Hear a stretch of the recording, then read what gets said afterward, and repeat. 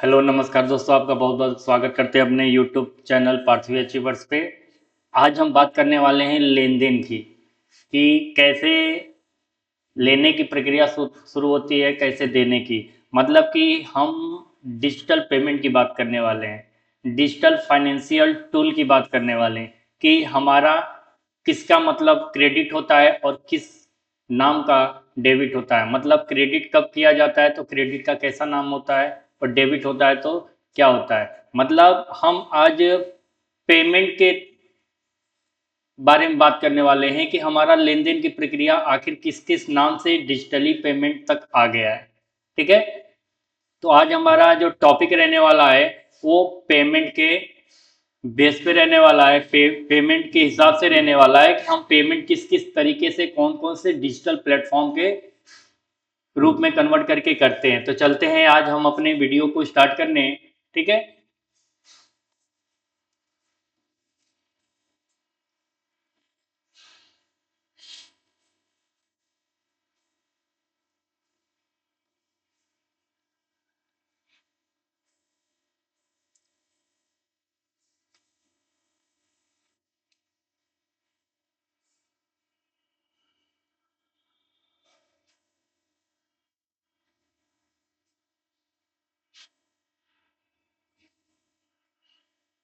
ठीक है।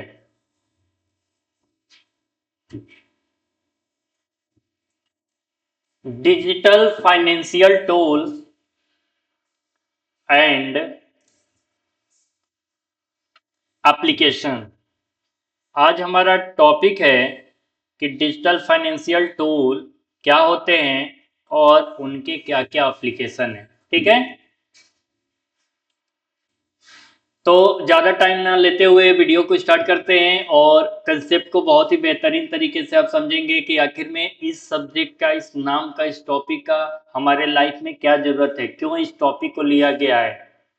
ठीक है, क्या इतनी ये जेन्युइन है, क्या इतनी ये ज़रूरतमंद है कि हमको इस टॉपिक को पढ़ना ही चाहिए।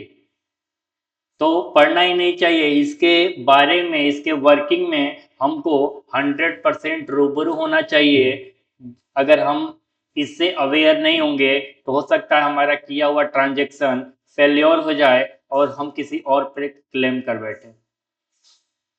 ठीक है, तो आपकी सिक्योरिटी आपकी अवेयरनेस में होती है, हमारी सिक्योरिटी हमारे अवेयरनेस में होती है। हम चाहते हैं सुरक्षित रहें तो जागना पड़ेगा। ठीक है, रात का जो चौकीदार रहता है ना, सारी व्यवस्था को व्यवस्थित करने के लिए, वो भी जब राउंड मारता है ना, चक्कर मारता है, तो एक ही बात बोलता रहता है, जागते रहो। ठीक, तो ये जागते रहो का ही स्लोगन है। ठीक है, कि आपको जागरूक रहना है, आपको केवाईसी वाला फॉर्मेट समझना है, नो योर कस्टमर।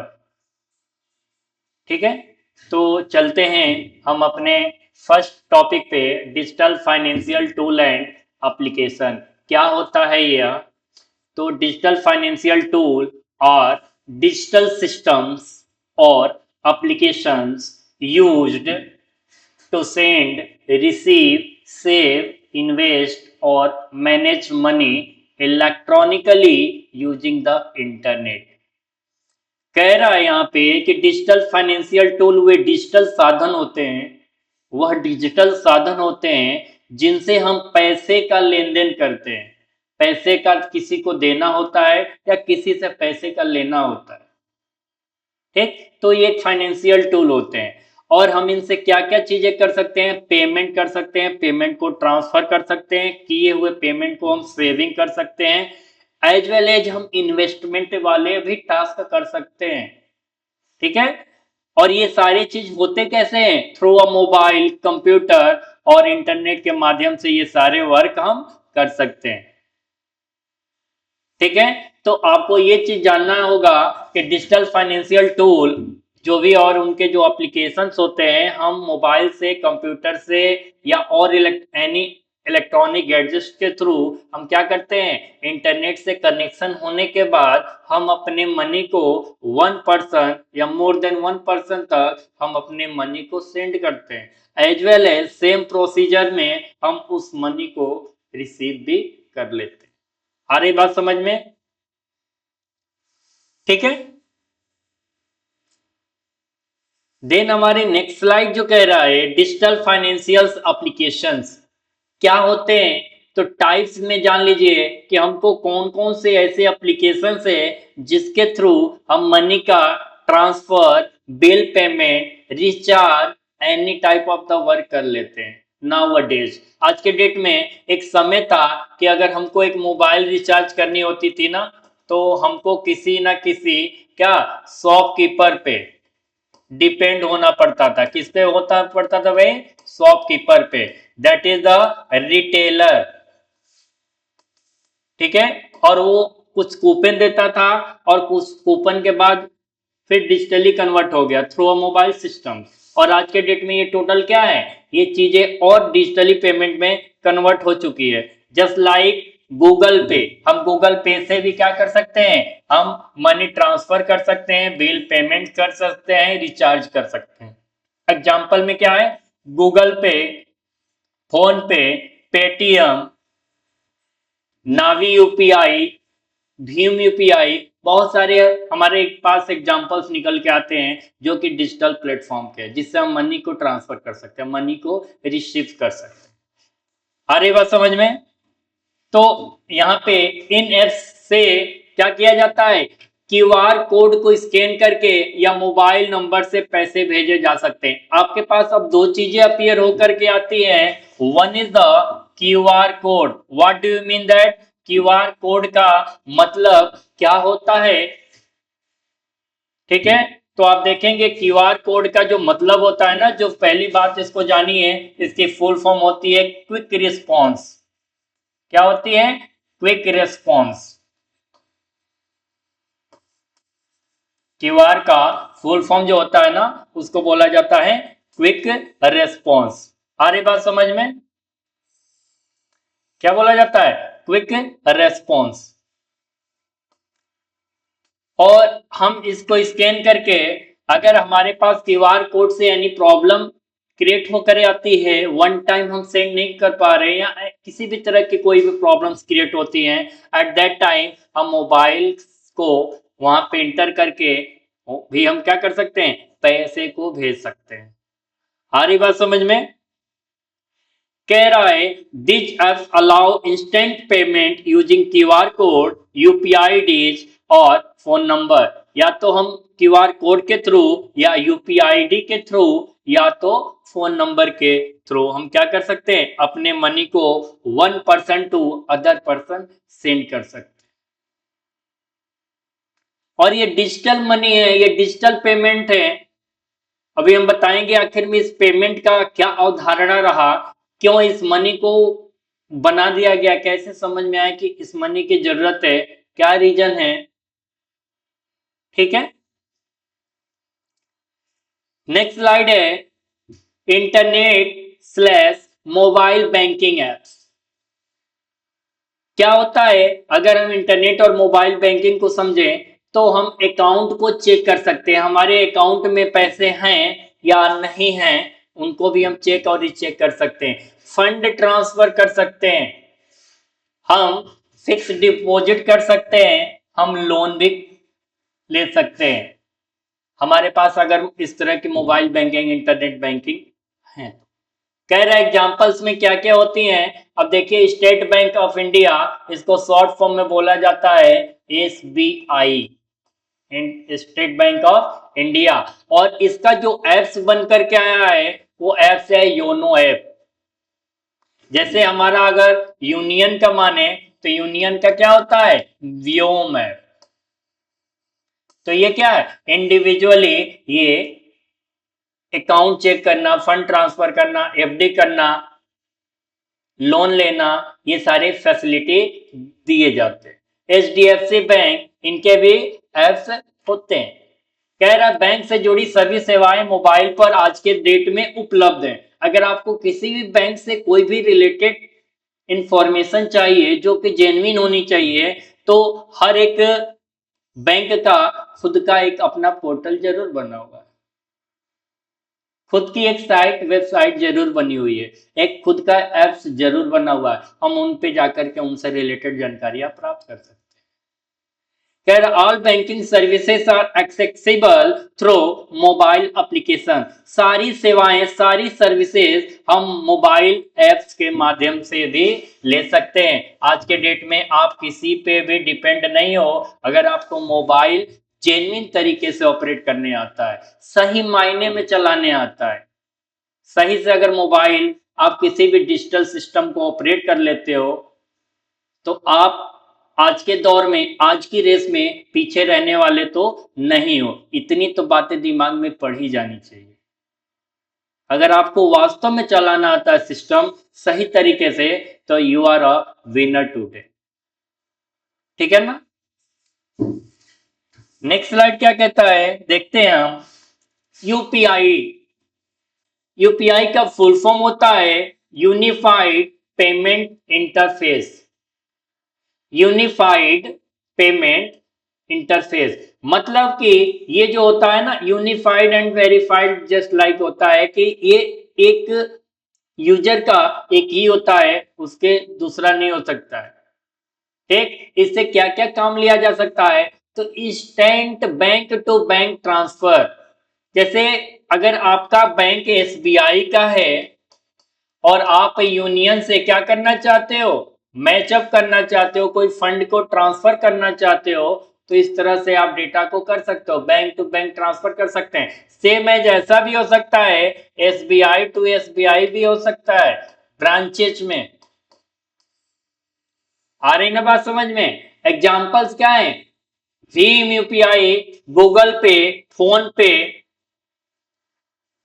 इनमें यूपीआई वेरीफाइड होती है। यूपीआई से बिना आईएफएससी कोड के तुरंत पैसा भेजा जा सकता है। अगर आप कभी भी अकाउंट नंबर को इंटर करके मनी को ट्रांसफर करना चाहते हो, एट दैट टाइम आपसे क्या क्या चीजें पूछी जाती है? आपका अकाउंट नेम पूछा जाता है, account name, account holder name, account branch name,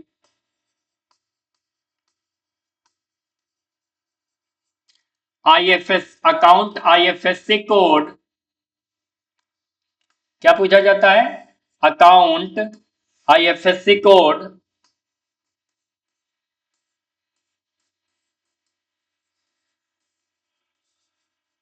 इतनी चीजें नॉर्मली तौर तरीके से क्या होती है, पूछी जाती है, देन आप अपने पैसे को भेज सकते हो या तो प्राप्त कर सकते हो। UPI enables real time money transfer without bank details. UPI आज के डेट में इतना ब्रॉड लेवल पे यूज किया जा रहा है कि यहाँ पे बैंक का डिटेल नहीं चाहिए होता है, बैंक डिटेल्स नहीं चाहिए, नो रिक्वायरमेंट। मनी को जैसे भी चाहे आप सेंड एंड रिसीव कर सकते हैं। ठीक है ना? फिर नेक्स्ट है हमारा digital investment and trending apps. क्या है? Digital investment and training apps. अगर हमारे पास इस तरह की प्लेटफॉर्म है जिसपे हम डिजिटली इन्वेस्टमेंट कर सकते हैं, ट्रेडिंग कर सकते हैं, तो उनसे क्या क्या चीजें कर लेते हैं हम शेयर कर सकते हैं, म्यूचुअल फंड में एसआईपी कर सकते हैं, गोल्ड परचेज कर सकते हैं। अगर आप नॉर्मली फोन पे गूगल पे जाएंगे तो देखिए वहां 10 रुपए का इन्वेस्टमेंट भी करके पर डे क्या कर सकते हैं, 10 रुपीज का इन्वेस्टमेंट करके आप गोल्ड को परचेज कर सकते हैं पर डे। एसआईपी भी कर सकते हैं पर मंथ। ठीक, तो एग्जांपल क्या है इनके, कौन कौन से ऐसे डिजिटल इन्वेस्टमेंट ट्रेडिंग एप्स हैं, जैसे जीरोधा, ग्रो। ये ऐसे एप्स है ना जो शेयर बाजार में निवेश करने के काम में इनका उपयोग किया जाता है। शेयर बाजार जो होते हैं, शेयर मार्केट्स जो होते हैं, इन एप्स के थ्रू ट्रेडिंग करके हम अपने मनी को इन्वेस्ट कर सकते हैं।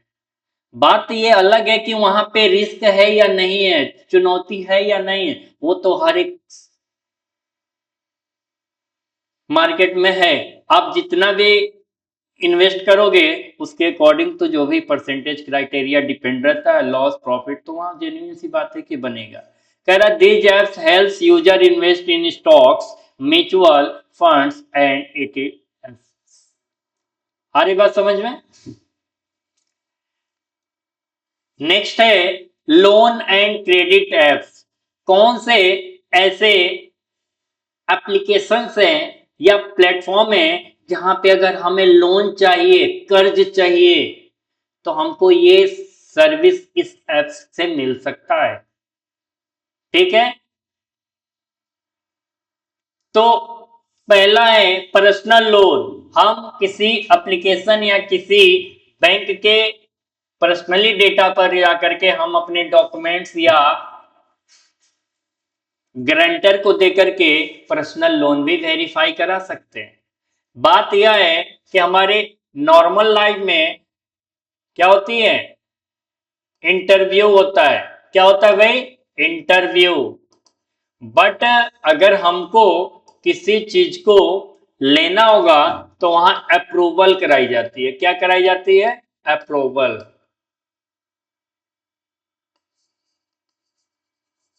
ठीक है, और अप्रूवल क्या करता है?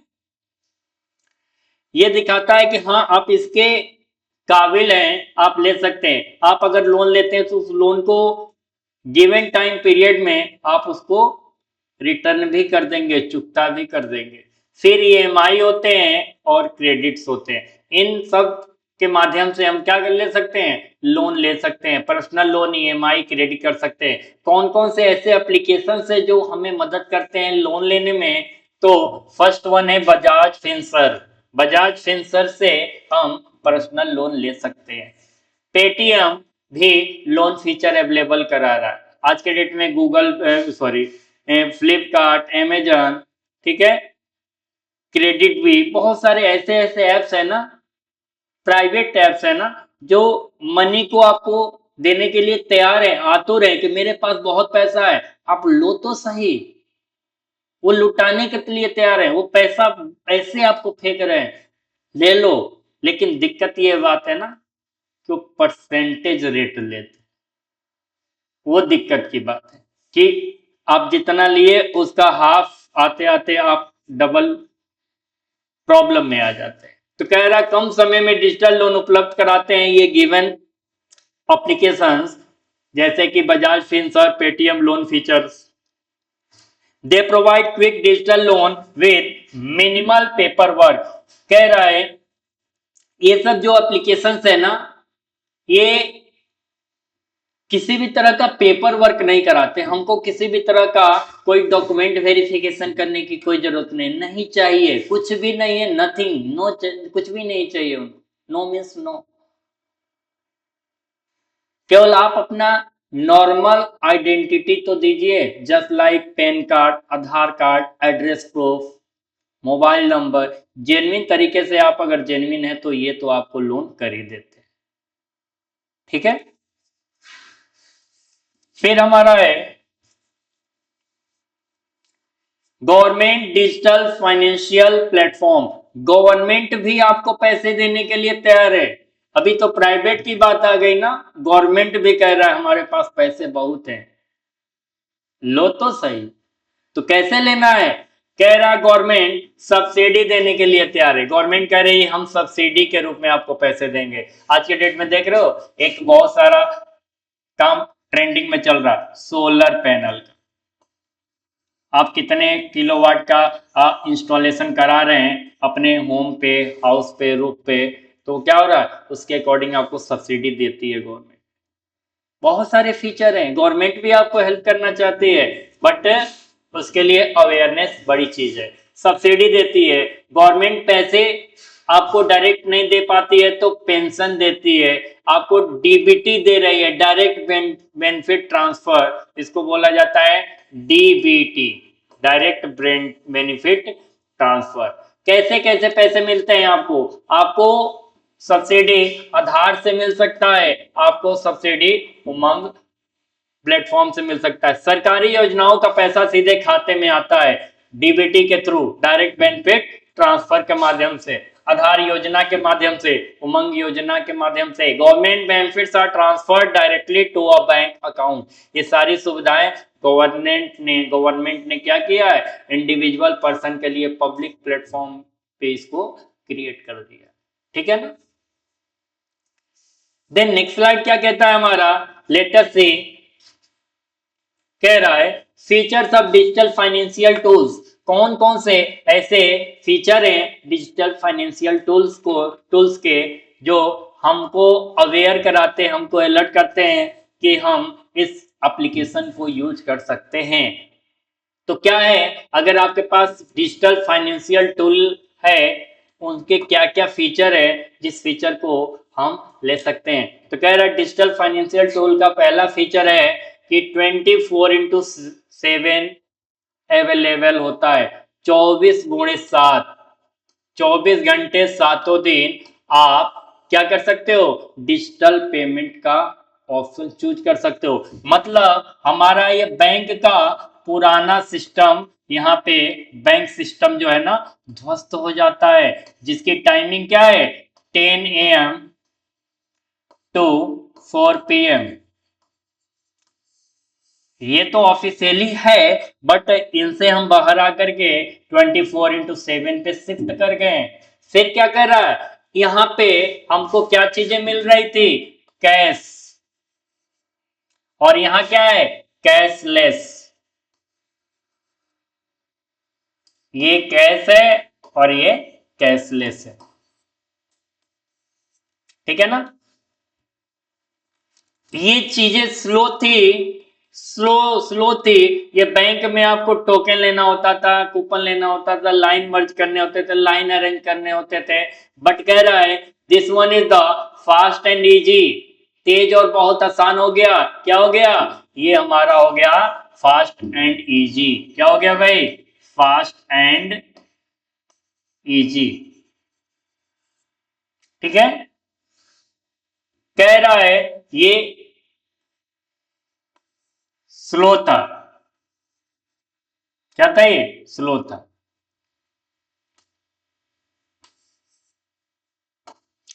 ठीक है। लो कॉस्ट, इसकी कॉस्ट है डिजिटल पेमेंट की, आप आराम से इसको लो कॉस्ट से इस चीजें को अवेयर हो सकते हो, आराम से कर सकते हो। बट इसकी क्या है, हर एक फैसिलिटी हाई कॉस्ट की है, हाई कॉस्ट। ठीक है ना। सिक्योर रिकॉर्ड्स, आप अगर किसी को कैश दिए तो आप उसको कहीं लिख के रखोगे रिटर्न फॉर्म में, और उसको स्टोर करना बहुत ही टफ टास्क है, बहुत ही कठिन कार्य। बट डिजिटली हम जो भी पैसे भेजते हैं वो हिस्ट्री में सेव हो जाती है, हिस्ट्री बन जाती है उसकी। This one is the simple task, secure record. ये बहुत ही आसान है। हम इस तरह से अपने पेमेंट को, मनी को सेफ एंड सिक्योर कर सकते हैं, किसी भी तरह की प्रॉब्लम नहीं होने वाली है। आ रही बात समझ में ना। नेक्स्ट स्लाइड है एडवांटेज, क्या फायदा है अगर हम डिजिटल पेमेंट करते हैं। क्या करते हैं भाई, डिजिटल पेमेंट। अगर डिजिटल पेमेंट करते हैं तो क्या फायदा हो सकता है, तो देखिए समय की बचत होती है। क्या होती है, समय की बचत, सेव टाइम। क्या होता है, समय की बचत। अगर आपको अभी मान लीजिए रात के 12 बजे कहीं पैसे भेजने हैं, तो आप किसी का भी वेट नहीं करेंगे, सडनली सेंड कर लेंगे, मनी सेंड कर लेंगे। आपको बहुत सारे प्लेटफॉर्म, गूगल पे, फोन पे, यूपीआई, भीम यूपीआई, नावी यूपीआई, बहुत सारे प्लेटफॉर्म पता है। फिर है ट्रांसपेरेंसी है, अगर किसी को मनी आप भेज रहे हो तो इसमें किसी भी तरह की कोई चोरी नहीं है, कोई भी यहाँ मिथ पॉइंट नहीं है, आप झूठ नहीं बोलने वाले हो कि हमने ये इतना भेजा है। एनी टाइम आप उसको दिखा सकते हो। ठीक है, आप अपनी स्टेटमेंट को चेक करा सकते हो।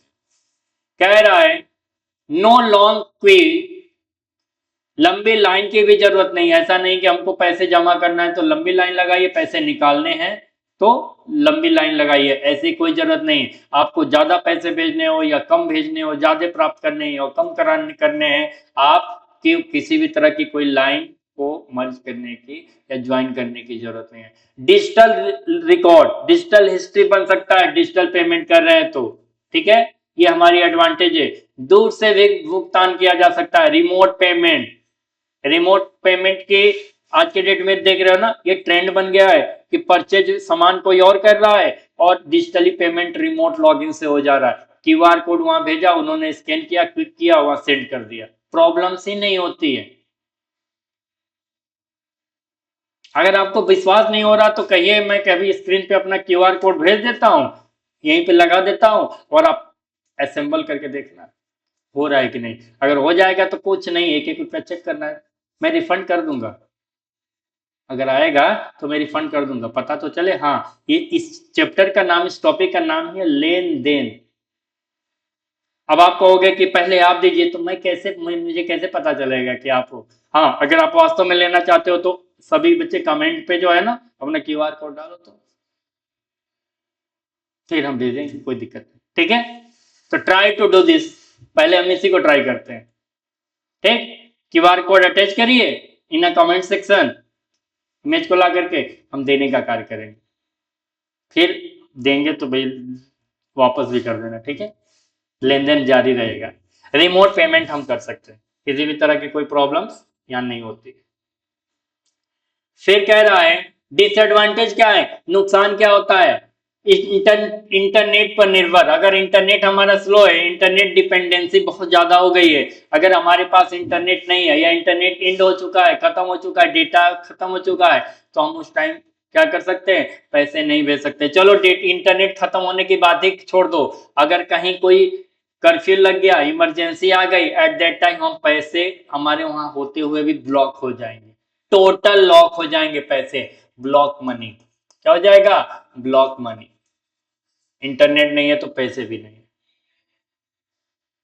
जैसे इसको जस्ट लाइक ऐसे समझो कि शहरों की जो लाइफ जर्नी है ना, ये इलेक्ट्रिसिटी पे डिपेंड है। अगर 24 घंटे से लाइट नहीं आए तो देखोगे ना कोई खाया हुआ खाना मिलेगा, ना कोई नहाया हुआ मिलेगा। पूछोगे क्यों, तो कहेगा घर में लाइट नहीं है। भाई लाइट से चल रहे हो क्या, हाँ, इनडायरेक्टली वो लाइट ही से चल रहे हैं, करंट से ही चल रहे हैं। अगर लाइट नहीं है तो वो अपने डेली वर्क में कुछ भी नहीं कर पाएंगे। बट विलेज रूरल एरिया का ऐसा कुछ भी सिस्टम नहीं है, लाइट आए या ना आए वो अपने डेली वर्क को ऑन टाइम करके रेडी रहते। तो जो गांव की सिस्टम थे ना, वो हमारा डिपेंड ऑन कैश था, लेकिन ये जो शहरीकरण हो गया है, अर्बनाइजेशन हो गया है, ये depend on internet, internet dependency हो गई है। इंटरनेट होगा तो सारा काम होगा, इंटरनेट गया तो सब गया। सेकंड कह रहा है साइबर फ्रॉड का खतरा होता है, risk of the cyber fraud. भाई अगर हम किसी को कैश दे रहे हैं, वो लिया गया, वो तो लूटपाट की बात होती है, वो चलता है। लेकिन अगर साइबर फ्रॉड देखा जाए तो कोई भी इंसान लाखों करोड़ों को इन सिंगल बैग लेकर नहीं जाएगा, बट एक अकाउंट में लाखों करोड़ों तो एट अ टाइम होता ही है, और साइबर फ्रॉड होना जेन्युइन सी बात है। फिर कह रहा है तकनीक ज्ञान जरूरी होनी चाहिए, अगर डिजिटल पेमेंट कर रहे हैं, अगर नहीं है तो इसकी ये बहुत बड़ी भुगतान करना पड़ेगा, ये नुकसान होगा। रिक्वायर्ड डिजिटल लिटरेसी, आप आज के दौर में आप डिजिटल लिटरेसी नहीं हो, डिजिटल दुनिया में पढ़े लिखे नहीं हो, तो डायरेक्ट आपके पास कितनी भी धुरंधर से धुरंधर डिग्रियां क्यों ना पढ़ी हो, यू आर इलिटरेट, आप पूरे के पूरे अनपढ़ हो।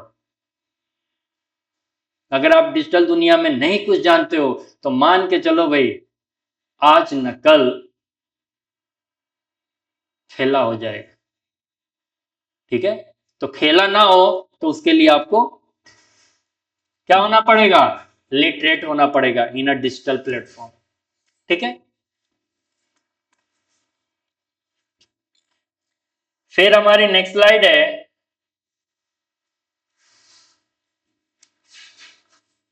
Safety tips. सेफ्टी टिप्स, सुरक्षा का सुझाव। कैसे होगा, अगर आप चाहते हो कि हाँ हम सुरक्षित रहें, आप सुरक्षित रहें, ना आपका नुकसान हो ना हमारा नुकसान हो, ना आप दिक्कत में आए ना हम दिक्कत में आए, तो कैसे होगा ये, नेवर शेयर ओटीपी। आपको वन टाइम पासवर्ड शेयर नहीं करना है भाई, नहीं भेजना है, किसी को नहीं भेजना है, कुछ भी हो जाए, नेवर शेयर ओटीपी। ओटीपी किसी से साझा नहीं करना है, कितना भी अपना से अपना जानने वाला क्यों ना हो, never means never. Not at all.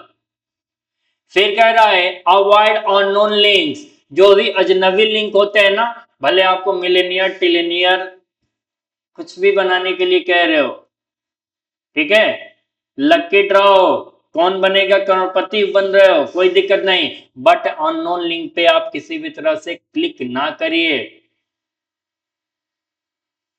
ठीक है। तो अवॉइड अननोन लिंक पे क्लिक नहीं करना होगा अगर सुरक्षित रहना चाहते हैं।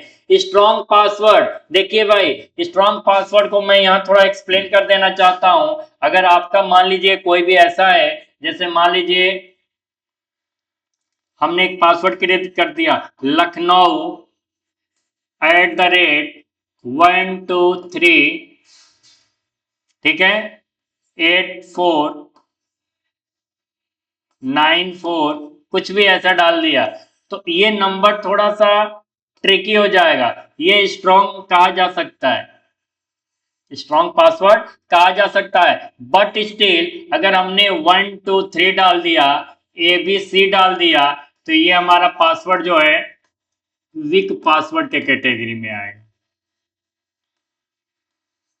आ रही ना बात समझ में? तो हमारे पासवर्ड में क्या चीजें होनी चाहिए, अल्फा न्यूमेरिक होना चाहिए, बच्चे ध्यान देंगे, क्या होना चाहिए, अल्फा न्यूमेरिक,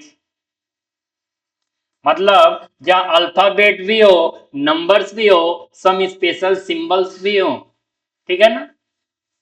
स्ट्रॉन्ग पासवर्ड रखना चाहिए, ऑफिशियल ऐप ही उपयोग करना चाहिए, ऐसा नहीं कि कोई भी जाना माना, आज के डेट में ऑफिशियल का भी क्रैक वर्जन आ गया, जैसे आज के डेट में देखते हो ना social media, just like Facebook, WhatsApp, इन पे ऑफिशियल एप्स का ही डुप्लीकेट वर्जन आता है, वो चलता रहता है, टाइम दिखाता रहता है, स्टॉपर लाइक दैट, कि मान लीजिए 2 घंटे रनिंग हो रहे, 2 घंटे 10 मिनट के बाद इस ऐप की जो टाइम वैलिडिटी है ना खत्म हो जाएगी, ऑफर अगर कोई प्रोडक्ट 10,000 का है और वो आपको 2,000 में दे रहा है, तो फाइनली फिर 10,000 का हो जाएगा 2 घंटे 10 मिनट के बाद, और आप उसके टाइम ड्यूरेशन को देख करके तुरंत क्लिक एंड परचेज कर लेते हो, और वो आपसे एक ही काम कहता है, क्या कहता है, वो कहता है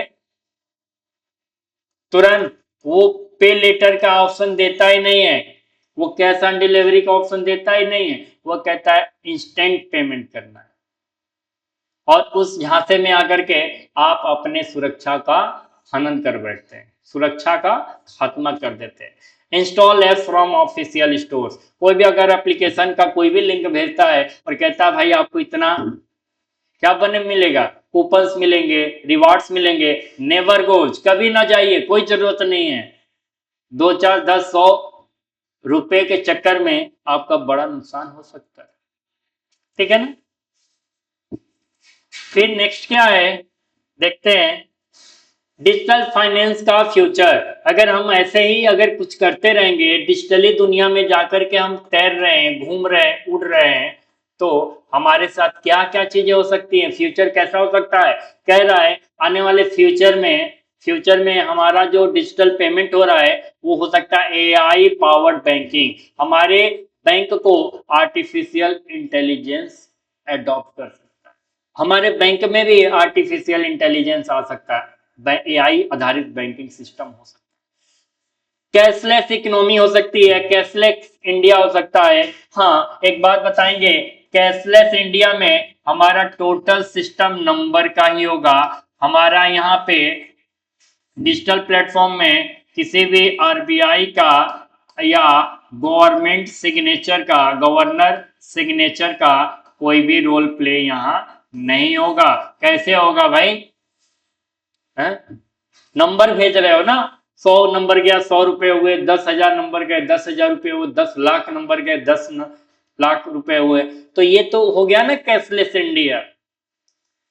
फिर कह रहा है तेज और सुरक्षित लेन देन, फास्टर एंड सेफर ट्रांजेक्शन, ये तो बात बहुत अच्छी है कि जब चाहो तुरंत पैसे भेज लो, तुरंत प्राप्त कर लो, लेकिन अब ये जो है ना, जो अथराइज्ड होता है ना, जो लीगली चीजें दिखती है ना, वो किस पे दिखता है, वो हमारा कैश पे दिखता है, कैशलेस इंडिया में नहीं दिखेगा, मैसेज ही चल रहा है बस, dropping the message, dropping the number, जितने नंबर उतने, जैसे होता है ना बच्चे के पास माइंड हो ना हो, नंबर अगर अच्छे परसेंटेज अच्छे हैं तो they are the topper, they are the talented, बात वही चल रही, सब नंबर का खेल है। ठीक है, कोई नहीं। नेक्स्ट स्लाइड क्या कह रहा है, let us see. Core technology behind digital finance. Digital finance के पीछे की तकनीक क्या है, कैसे काम करता है हमारा ये डिजिटल पेमेंट। तो पहले ये काम करता है एपीआई पे। एपीआई का फुल फॉर्म होता है एप्लीकेशन प्रोग्रामिंग इंटरफेस। हमारा डिजिटल पेमेंट के पीछे भी एक broad level of programming language का यूज किया जाता है। वो एप्लीकेशन ऐसे ही वैलिड नहीं हो जाता है, उस पर भी प्रोग्रामिंग को कोड और डिकोड किया जाता है। डिजिटल फाइनेंस के पीछे की बहुत बड़ी तकनीक है, बहुत बड़ी टेक्नोलॉजी है ये। ठीक है, एपीआई अलग अलग फाइनेंशियल ऐप को आपस में जोड़ती है। हमारा जो एप्लीकेशन प्रोग्रामिंग इंटरफेस होता है, ये अलग अलग क्या करते हैं, फाइनेंशियल एप्स को जोड़ सकते हैं। क्या, जैसे कि यूपीआई है, ठीक है, यूपीआई किसी बैंक से मर्ज हो सकता है, वो बैंक किसी ऐप से मर्ज हो सकता है। तो जैसे देखेंगे ना, आपका स्टेट बैंक का भी यूपीआई भी है, यूपीआई बैंक का हो गया, और उसी यूपीआई का एक एप्स भी योनो ऐप है।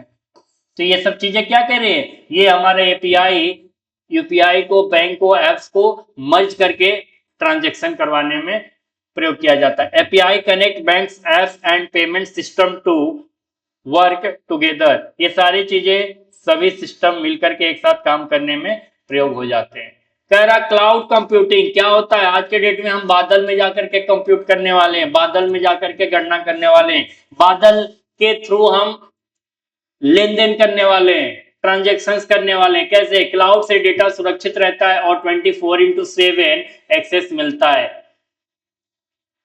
अब हम लखनऊ में रहें या दिल्ली में रहें या गुड़गांव में रहें या हैदराबाद में या बेंगलोर में या मॉरिशस में या नीदरलैंड में, जहां भी रहें, हम क्लाउड स्टोरेज के थ्रू, क्लाउड कंप्यूटिंग के थ्रू हम क्या कर सकते हैं, अपने डेटा को सेंड और रिट्रीव कर सकते हैं any time anywhere, 24/7। Cloud computing enable secure storage at any time access. हम कभी भी अपने डेटा को सेव कर सकते हैं और कभी भी अपने डेटा को वापस ले भी सकते हैं, किसी भी तरह की यहाँ कोई दिक्कत होने वाली नहीं है। फिर कह रहा इंक्रिप्शन टेक्नोलॉजी, डेटा को कोड में बदलकर सुरक्षित रखा जाता है। अगर कोई डेटा है उसको कोड में बदल करके, जैसे कि समझ लीजिए हमारे पास ₹10 है, क्या है भाई, ₹10 है, ये हमारे पास क्या हो गया, एक डेटा हो गया। इस डेटा को हमने कोड में रख लिया कि हमारे पास अब ये डिजिटल मनी ₹10 जाएगा और ये सेव हो जाएगा। तो ये जस्ट लाइक क्लाउड हो गया ना, उस पैसे को कोई नहीं ले रहा है, वो send 1% to another person, send one system to another system.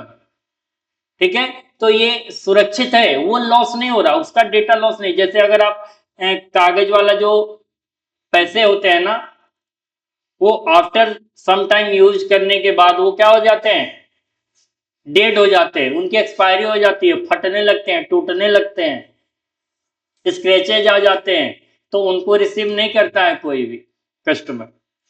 ठीक है, तो ये सारी चीजें सिक्योर हो जाती है, डेटा को कोड बदलकर सुरक्षित रखा जा सकता है in future time. Encryption converts data into secure code format. ठीक है, नेक्स्ट है role of RBI in digital finance. अभी जो मैंने बोला ना कि कैशलेस इंडिया हो जाएगा, तो वहां नंबर का सिस्टम है, वहां आरबीआई का कोई रोल नहीं दिखाई दे रहा है, या गवर्नर का कोई रोल प्ले नहीं होता है। रोल प्ले होता है, वो बैक ऑफिस मैनेजमेंट है, फ्रंट पे आपको नहीं दिखेगा। तो कैसे होता है, आरबीआई डिजिटल पेमेंट सिस्टम को रेगुलेट करता है। आरबीआई जो है ना, डिजिटल पेमेंट जो हमारे पास मनी आती है ना through a transaction, through a digital apps, उनको क्या करता है, reserve bank of India, RBI का फुल फॉर्म होता है रिजर्व बैंक ऑफ इंडिया। तो जो रिजर्व बैंक ऑफ इंडिया होता है, डिजिटल पेमेंट सिस्टम को रेगुलेट करता है और रूल्स बनाता है, नियम बनाता है कि हम कितने ट्रांजेक्शन कर सकते हैं in a one day, in a one month. ठीक है, कौन से प्लेटफॉर्म से हम कितने ट्रांजेक्शन को रिसीव कर सकते हैं, बहुत तरह के नियम और कानून, टर्म्स एंड कंडीशन को क्रिएट एंड रेगुलेट करता है। RBI regulates digital payment and ensure user safety. और ये सारी चीजें क्या है, ये यूजर के सुरक्षा के मद्देनजर रख करके बनाया जाता है।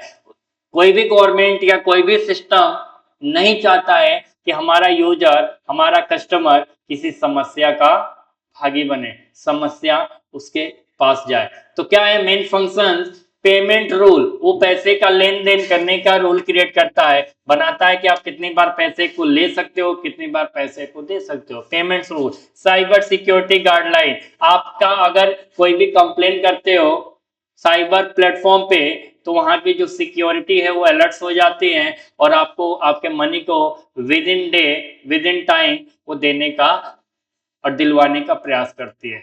फिर फ्रॉड कंट्रोल, साइबर सिक्योरिटी जो भी हमारे सिस्टम थ्रू आरबीआई कंट्रोल की जाती है, वो फ्रॉड को कंट्रोल करने का प्रयास करती है, नहीं चाहती है कि हमारे कस्टमर का पैसा लॉस हो। ठीक है। फिर नेक्स्ट है हमारा रूल्स ऑफ एनपीसीआई। एनपीसीआई का रूल क्या है? जैसे आरबीआई का रूल है वैसे एनपीसीआई का भी रूल है। एनपीसीआई ने यूपीआई, रुपए जैसे सिस्टम बनाए। एनपीसीआई जो आया उन्होंने क्या किया? यूपीआई, रुपए जैसे सिस्टम को क्रिएट कर दिए। डेवलप यूपीआई, रुपए एंड आईएमपीएस सिस्टम्स। उनकी मेजर सर्विसेज क्या है? Just like UPI, IMPS and रुपए कार्ड्स। जैसे क्रेडिट कार्ड, डेबिट कार्ड होते हैं, उन्हीं का ये रुपए कार्ड, आईएमपीएस, यूपीआई, ये सब चीजें किसने बनाया? एनपीसीआई ने। और उन्होंने क्या किया? इसको प्रयोग में लाया। ठीक है। नेक्स्ट है हमारा डिजिटल फाइनेंशियल लिटरेसी। वित्तीय डिजिटल साक्षरता। कितने लोग हैं जो पढ़े लिखे हैं, अवेयर हैं कि हमारे पास कोई भी डिजिटल अटैक ना हो, कोई भी हमारा डिजिटल प्रॉब्लम ना हो। तो क्या होता है डिजिटल फाइनेंशियल लिटरेसी का मतलब क्या होता है? ऐप्स को सही से, सुरक्षित तरीके से और समझदारी से इस्तेमाल करना। ये कोई घड़ी का साबुन नहीं है जो कहे कि पहले इस्तेमाल करे फिर विश्वास करे। नहीं मान सकते हो आप कि पहले इस्तेमाल करें फिर विश्वास करें। आपको इस्तेमाल से पहले विश्वास करना होगा। ठीक है। तो आपको ऐप्स की सही जानकारी होनी चाहिए और जब सही जानकारी होंगे तो आप सुरक्षित होंगे और समझदारी से इस्तेमाल करना जानेंगे। आप अपने ऐप्स को किसी अननोन या किसी भी पर्सन के सामने जस्ट सिंपल ओपन नहीं कर देंगे। हाँ कि मेरा ये डिजिटल प्लेटफॉर्म है, मैं इस एप्लीकेशन से ट्रांजेक्शन करता हूँ, आप भी देख लो, मैं भी देख लूँ। प्रॉब्लम्स हो जाएंगी। ठीक है। ना प्रॉब्लम्स हो तो आपको क्या होना होगा? सही जानकारी लेना होगा, सुरक्षित रहना होगा और समझदारी से इस्तेमाल करना होगा। It means using digital financial tool safety and wisely. इनमें क्या क्या चीजें इंक्लूड होती हैं? अगर आप समझदारी से, सुरक्षित तरीके से और सही से यूज करते हो तो फ्रॉड अवेयरनेस। अगर आपसे कोई कहता है कि आप लकी विनर हैं, आपके अकाउंट में 10,000 रुपए जाने वाले हैं, आप उसके लिए क्या करिए? आप अपने अकाउंट को जाकर के विजिट करिए और आप विजिट कर लेते, हो सकता है 10,000 आपके ओरिजिनल अकाउंट से डिडक्ट हो जाए। तो आप अवेयर होंगे कैसे? फ्रॉड अवेयरनेस से। Tech app usages knowledge. अगर आपको ऐप को सही से यूज करने आता है, मॉडरेट करने आता है, कंट्रोल करने आता है तो आपको किसी भी तरह की कोई प्रॉब्लम नहीं होने वाली है। साइबर सेफ्टी, साइबर सुरक्षा आप अपनी खुद से कर सकते हो। जरूरी नहीं हम दूसरे पे डिपेंड रहे, किसी और किसी पे डिपेंड रहे। हम हमारी अपनी सुरक्षा अपने हाथ में है। ठीक है। फिर नेक्स्ट स्लाइड है cyber fraud type. Exam point of view से ये बहुत ज्यादा इंपॉर्टेंट है। क्या क्या चीजें होती है? Latency and install in your mind. अपने माइंड में तुरंत इसको क्विक इंस्टॉलेशन कर लेना है। ऐसा नहीं हो कि आपको प्रॉब्लम हो। पहले टेक द स्क्रीनशॉट, ले लो जल्दी से फटाफट। ठीक है, सबने ले लिया आई होप। तो देखिए साइबर फ्रॉड टाइप्स में अगर एग्जाम पॉइंट ऑफ व्यू से देखेंगे तो कौन कौन सी साइबर फ्रॉड होती हैं जो लोग कर जाते हैं? फीजिंग करते हैं। फीजिंग मतलब फेक लिंक से जानकारी चोरी करते हैं। कुछ भी लिंक भेजा और उन्होंने क्या मारा? तुक्का मारा कि आप जैसे ओपन करेंगे तो ये होगा, वो होगा, ये होगा, वो होगा, और आप उनके बहकावे में आ जाते हो। तो हाँ मेरे साथ भी तो ये हो रहा। इमोशनल किलर होते हैं वो, आपकी भावनाओं से खेल जाते हैं और भावनाओं में बह गए तो क्या ही बहे, नहीं बहना था। ठीक है। भावनाओं में नहीं बहना चाहिए। फिजिंग, फेक लिंक से जानकारी चोरी कर लेते हैं। फिर stealing data bye fake links. Second है ओटीपी फ्रॉड। ओटीपी भेजते हैं, कहते हैं आपका मोबाइल का अपडेशन है, पता चला वो आपके अकाउंट की मनी विड्रॉ का अपडेशन है। कहते हैं आपके हम आधार को ओटीपी करें, आपका एटीएम का ओटीपी है। कुछ भी ओटीपी बता करके जो कि जेन्युइन नहीं होता उसको बताते हैं और कहते हैं कि भाई आपको वेरीफाई करना है, नहीं तो आपका ठीक है, क्या पता अभी प्रेजेंट टाइम में एसआईआर को रेगुलेट किया जाए, पता चला कहीं से फेक लिंक आए, कहे कि आपका एसआईआर सक्सेसफुली अपडेट हो गया है, उसका ओटीपी है। अगर आप अपने जीमेल पे डिजिटल प्लेटफॉर्म पे आप इसको रिसीव करना चाहते हो तो ओटीपी आप पे जाएगा, तुरंत बताइए, अब तुरंत बताते हो काम खत्म। ठीक, तो ओटीपी से बचना है। ठीक है, फिर कह रहा ओटीपी लेकर पैसा निकाल लेते हैं लोग, fraud using shares OTP, fake app, नकली ऐप बना देते हैं, क्लोन एप्लीकेशन। क्लोन एप्लीकेशन मतलब होगा ना जेन्युइन उसी तरीके से दिखेगा। जैसे आज के डेट में देखो, वाटर बॉटल है ना, पानी की बहुत सारे तरह के मल्टी वेराइटी है, और उसमें एक जेन्युइन दिखेगा, बाकी तीन चार क्या रहेंगे, नेबर वाले रहेंगे, पड़ोसी पड़ोसी, सब नकलची हैं, ओरिजिनलिटी है ही नहीं।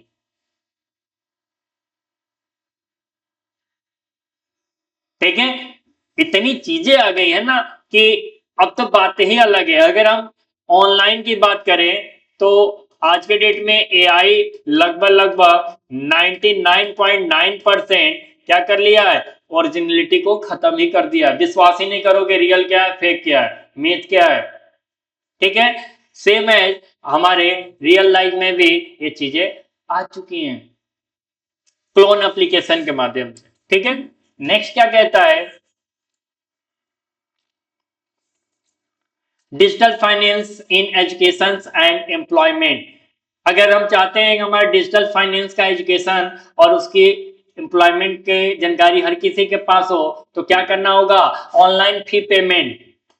हमको कहीं भी पेमेंट लेना है, पेमेंट देना है, तो वो सारी चीजें कैसी हो, ऑनलाइन हो, एजुकेशनल पर्पज से हो। आज के डेट में ऐसा ना हो कि हम पैसा ले रहे दे रहे कैश ले रहे, नहीं, डिजिटली लीजिए। स्कॉलरशिप डायरेक्ट बैंक ट्रांसफर, आप देखिए पहले के समय में एक ही बच्चा चार जगह इनरोल रहता था, चार जगह से स्कॉलरशिप सेम अमाउंट में लेता था, वो क्या है, फेक डेटा था। आज के डेट में देखिए सब आधार से अटैच हो गए, सारी चीजें यूडाइस से अब अडॉप्ट हो चुकी हैं, तो अब हमारा जो भी होता है ना, डायरेक्ट बैंक ट्रांसफर डीबीटी का ही पार्ट हो गया, स्कॉलरशिप सही जेन्युइन बच्चे के पास ही जा पाती है। सैलरी बाय बैंक एप्स, आपके अकाउंट में जो सैलरी आती है ना, वो बैंक के माध्यम से आना चाहिए, कहीं और से नहीं आना चाहिए। पता चला कि खुरदुरा में कह रहा है online fees, direct scholarship and digital salary credit, ये सारे हमारे digital finance, education and employment को क्या करते हैं, बढ़ावा भी। ठीक है ना, नेक्स्ट है हमारा digital finance and government schemes. Digital finance को गवर्नमेंट स्कीम कैसे लॉन्च करती है, सरकारी योजनाओं का पैसा डीबीटी के माध्यम से सीधे यूजर के बैंक खाते में डाला जाता है। हम यूजर हैं या आप यूजर हो, तो गवर्नमेंट क्या करती है, पैसे जो भी आपके अकॉर्डिंग आपके लायक जो बनती है गवर्नमेंट के पास, उसको क्या करती है, डीबीटी डायरेक्ट बेनिफिट ट्रांसफर योजना के तहत वो सीधे आपके अकाउंट में धनराशि आ जाती है। Government benefits are transferred by DBT, examples क्या है, कैसे बैंक किस योजनाओं के तहत पैसा भेजती है आपके बैंक अकाउंट में, तो उसका पहला एग्जांपल है पेंशन। अगर वृद्धा पेंशन हो, विकलांग पेंशन हो, ठीक है, या कोई भी पेंशन हो, उसको क्या किया जाता है, उसको डीबीटी डायरेक्ट बेनिफिट ट्रांसफर के थ्रू आपके अकाउंट में सीधे भेज दिया जाता है। अगर कोई बच्चा छात्रवृत्ति पाता है, स्कॉलरशिप पाता है, वो भी उस अकाउंट में सीधे डाल दिया जाता है। कोई इसका मीडिएटर, कोई ब्रोकर यहाँ नहीं है, कोई भी यहाँ दलाली नहीं चलती है। अगर आपका सब्सिडी है तो आप ही के अकाउंट में, जेन्युइन अकाउंट में आएगा, कोई उसका कैचर नहीं है, कोई उसको बीच में कैच नहीं कर सकता है। नहीं होता है तो नहीं होता है, सारी चीजें अपडेट हो गई हैं। और हम तो डायरेक्ट बोलेंगे ये टुडे गवर्नमेंट कर रही है, आज की जो सरकार है ना, ये आज की सरकार कर रही है, ये आज की सरकार डिजिटली हमको ला करके एक करप्शन को रोक दी है। ठीक है, नेक्स्ट क्या है, आर्टिफिशियल इंटेलिजेंस इन डिजिटल फाइनेंस। आर्टिफिशियल इंटेलिजेंस हमारे रोजमर्रा की जिंदगी में आ गई है, और रोजमर्रा की जिंदगी में हमारा पैसा लेन देन करने भी इसमें शामिल किया जाता है। अब फ्रॉड डिटेक्ट करता है और स्मार्ट बैंकिंग बनाता है। हाँ, जब एआई आ जाएगा तो वो फ्रॉड डिटेक्ट करेगा, ठीक है, और अगर फ्रॉड होगा तो हमारा वहां ट्रांजेक्शन रोकने का प्रयास करेगा। लेकिन प्रॉब्लम यह है कि फ्रॉड करने वाला भी एआई से अवेयर होगा, वो एआई के माध्यम से फ्रॉड करेगा, फिर वहां समझना, सिक्योर करना, वहां प्रॉब्लम वाली बात हो जाएगी। ठीक है, एआई फ्रॉड डिटेक्ट करता है और स्मार्ट बैंकिंग बनाता है। AI helps detect fraud and personalised banking. ठीक है ना।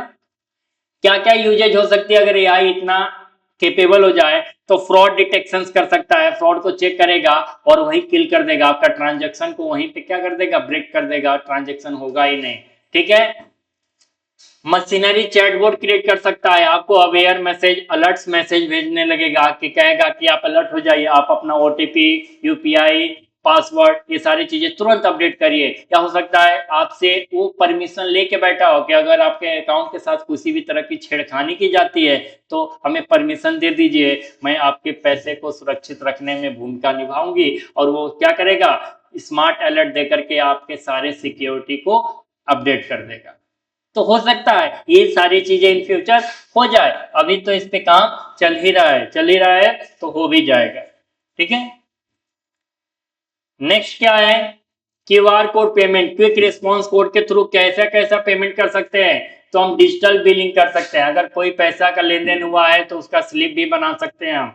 ठीक है। ऑनलाइन अकाउंटिंग कर सकते हैं, क्यूआर पेमेंट कर सकते हैं, जो स्कैन करते हैं ना क्विक रिस्पॉन्स। फिर डिजिटल इनवॉइसेस, एक स्लिप बना सकते हैं कि हमने क्या क्या चीजें कर दी, क्या क्या लेन देन किया, वो सारे स्लिप हमारे सिक्वेंसली हो सकती हैं। ऑनलाइन बुकिंग, बुक कीपिंग, हम एक बुक कीपिंग भी ऑनलाइन क्यूआर कोड से कर सकते हैं। ठीक है।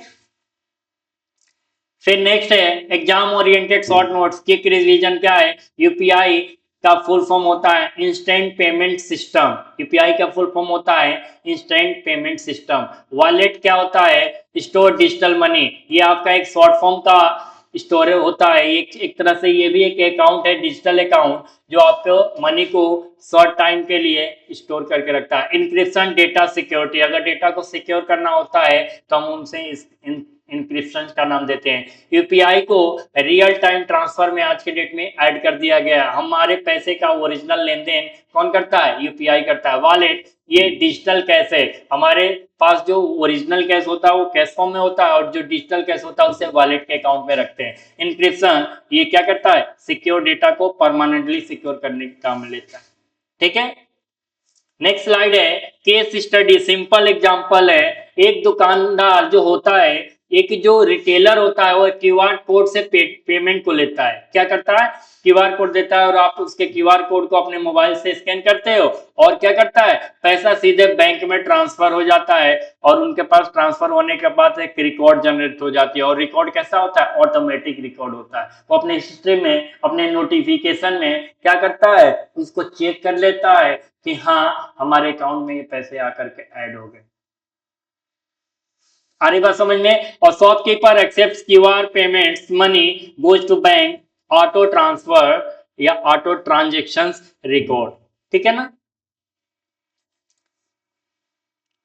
फिर है future scope of digital finance, अगर भविष्य की बात करें तो हमारा डिजिटल पेमेंट अगर चला जाए तो क्या क्या चीजें होंगी।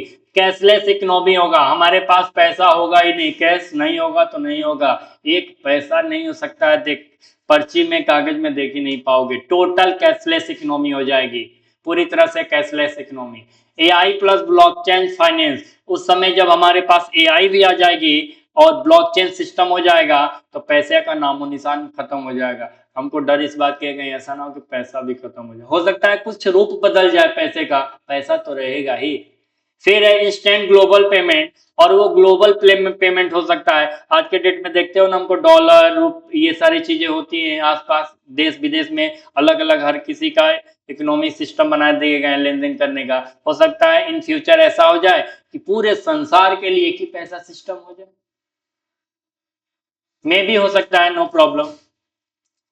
नेक्स्ट है कंक्लूजन, क्या है फाइनल इसका data. Digital financial tool Bharat की आर्थिक रीढ़ मानी जाती है। डिजिटल फाइनेंशियल टूल है, भारत की आर्थिक रीढ़ है, इकोनॉमिक बैकबोन बन चुका है ये।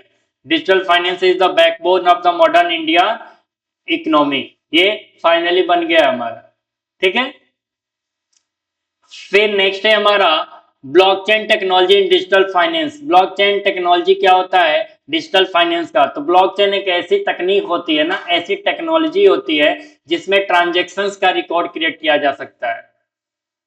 ट्रांजेक्शन वही जिसमें लेन देन होते हैं, पैसे भेजे जाते हैं, पैसे प्राप्त किए जाते हैं। ब्लॉकचेन में सुरक्षित और छेड़छाड़ रहित होते हैं, उन पैसे से किसी भी तरह की छेड़छाड़ नहीं कर सकते हो, हमेशा बचा के रखते हो। एम्पर प्रूफ, ठीक है, उस पैसे को अगर किसी ने लिया है ना, वो आपका ओरिजिनल जेन्युइन नोन हो या अननोन हो, वो आपके हिस्ट्री में आपके रिकॉर्ड में आकर के मर्ज हो जाएगा, ठीक है।